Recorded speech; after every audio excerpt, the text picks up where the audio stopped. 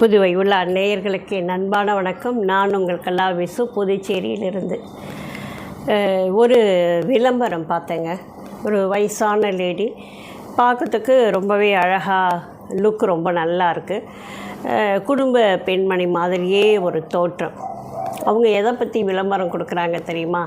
நான் ரம்மி விளையாண்டேன், அதில் எனக்கு நிறைய பணம் கிடச்சிது, ஜெயித்த உடனே பணம் வந்துடுச்சு, நீங்களும் விளையாடுங்க அப்படின்னு. எவ்வளோ ஒரு மகத்தான ஒரு சமூக சேவை பாருங்கள்.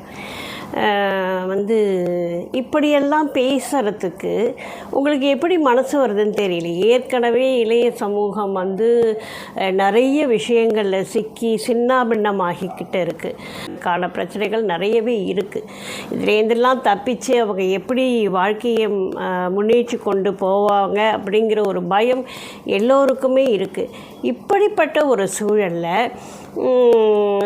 சின்ன வயசு பசங்க ஏதோ பணம் கொடுக்குறாங்க அப்படின்னு சொல்லிட்டு ரொம்பவே தாராளமாக பேசினாங்க.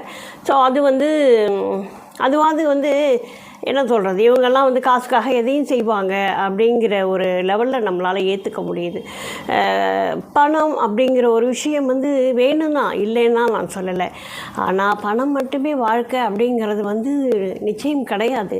ஏன்னு சொன்னால் பணத்தை தாண்டி பல விஷயங்கள் இருக்குது. நமக்கு ஆத்மார்த்தமான ஒரு உணர்வு வேணும். ஒன்றுமே இல்லாமல் வெறும் தரையில் கட்டாந்தரையில் படுத்து நிம்மதியாக தூங்குறவங்களும் இருக்காங்க. மாட மாளிகையில் அழகான ஒரு கட்டில், அதில் ஏகப்பட்ட விலையோடு எந்த மெத்தை எல்லாத்தையும் போட்டு தூக்கம் வராமல் தவிக்கிறவங்களும் இருக்காங்க.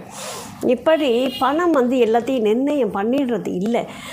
நம்மளுடைய சமூகத்தை பற்றிய ஒரு அக்கறை இருக்கணும். நம்ம எதை பேசுகிறோம், என்ன செய்கிறோம், அதுவும் பெண்கள் அப்படிங்கும்போது எல்லாவற்றையும் கூர்ந்து கவனிக்க வேண்டிய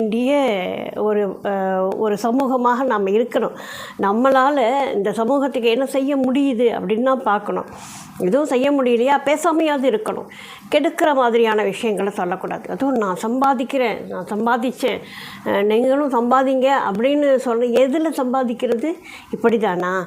நல்லா உழைச்சி கை காலை வீசி சம்பாதிக்கிறவங்களாலேயே நேரத்துக்கு சாப்பிட முடியல, பல வியாதி இன்றைக்கி போட்டு வாட்டிக்கிட்டு இருக்குது.